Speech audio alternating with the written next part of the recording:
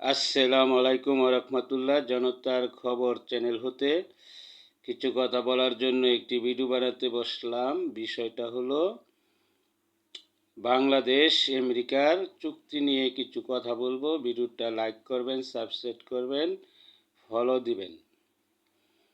যেমন প্রথম সংসদ অধিবেশন শেষ হলো, কিন্তু সরকারি দল এবং বিরোধী দল কেউই এই চুক্তি নিয়ে কোনো কথা বলে নাই।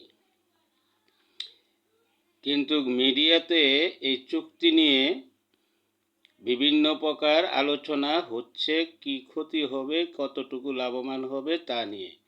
সেই কথাতে বোঝা যাচ্ছে বাংলাদেশই ক্ষতিগ্রস্ত হবে। তারপরেও ক্ষমতাসীন দল এবং বিরোধী দলের জোটের কেউই এই ব্যাপার নিয়ে কোনো আলোচনা করে নাই। তার মানে হলো নির্বাচনের আগে তারা এনসিপি এবং জামাত বিএনপি উভয় জানত, জেনে শুনেই এই চুক্তি হয়েছে। কারণ জামাত আর এনসিপি বলে চুক্তিটা করেছিল, হয়তো সম্মতি দিয়েছিল, তারা বুঝে গিয়েছিল যে তারাই মনে হয় ক্ষমতায় এসে পড়ছে।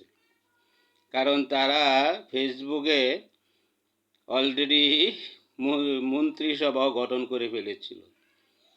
এখন জনগণ তো করে ফেলেছে উল্টা, তাই বিএনপিও লড়ে না, তারাও আর এটা নিয়ে আলোচনা করে না। এই হলো অবস্থা। আসসালামু আলাইকুম রহমতুল্লাহ।